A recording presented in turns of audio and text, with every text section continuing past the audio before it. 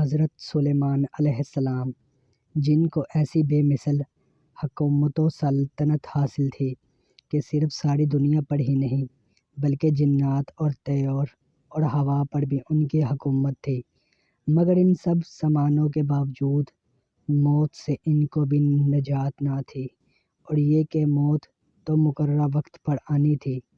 بیت المقدس کی تعمیر جو حضرت داؤد علیہ السلام نے شروع کی، پھر حضرت سلیمان علیہ السلام نے اس کی تکمیل فرمائی، اس میں کچھ کام تعمیر کا باقی تھا، اور یہ تعمیر کا کام جنات کے سپرد تھا، جن کی طبیعت میں سرکشی غالب تھی۔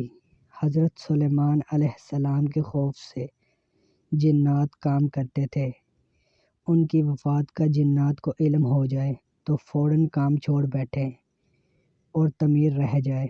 اس کا انتظام حضرت سلیمان علیہ السلام نے باذن ربانی یہ کیا کہ جب موت کا وقت آیا تو موت کی تیاری کر کے اپنی محراب میں داخل ہو گئے، جو شفاف شیشے سے بنی ہوئی تھی۔ باہر سے اندر کی سب چیزیں نظر آتی تھی، اور اپنے معمول کے مطابق عبادت کے لیے ایک سہارا لے کر کھڑے ہو گئے کہ روح پرواز کرنے کے بعد بھی جسم اس عصا کے سہارے اپنی جگہ جمع رہے۔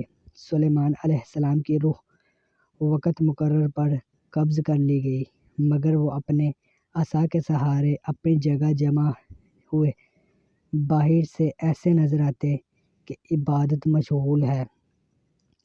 جنات کی یہ مجال نہ تھی کہ پاس آ کر دیکھ سکتے، وہ حضرت سلیمان علیہ السلام کو زندہ سمجھ کر کام میں مشغول رہے، یہاں تک کہ سال بھر گزر گیا اور تعمیر بیت المقدس کا بقیہ کام پورا ہو گیا تو اللہ تعالیٰ نے گن کے کیڑے کو، جس کو فارسی میں دیوک اور اردو میں دیمک کہا جاتا ہے، اور قرآن کریم نے اس کو دابۃ الارض کے نام سے موسوم کیا ہے، عصائے سلیمانی پر مسلط کر دیا۔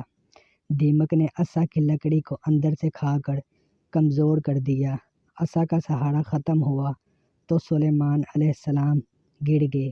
اس وقت جنات کو ان کی موت کی خبر ہوئی۔ جنات کو اللہ تعالیٰ نے دور دراز کی مسافت چند لمحات میں قطع کر لینے کی قوت عطا فرمائی ہے۔ وہ بہت سے ایسے حالات و واقعات سے واقف ہوتے تھے جن کو انسان نہیں جانتے۔ جب وہ انسانوں کو ان واقعات کی خبر دیتے تو انسان یہ سمجھتے تھے کہ یہ غیب کی خبر ہے، اور جنات کو بھی علم غیب حاصل ہے۔ خود جنات کو بھی علم غیب کا دعویٰ ہو تو بعید نہیں۔ موت کے اس عجیب واقعہ نے اس کی بھی حقیقت کھول دی۔ خود جنات کو بھی پتہ چل گیا، اور سب انسانوں کو بھی، کہ جنات عالم غیب نہیں ہیں، کیونکہ ان کو غیب کا علم ہوتا تو حضرت سلیمان علیہ السلام کی موت سے 1 سال پہلے ہی باخبر ہو جاتے۔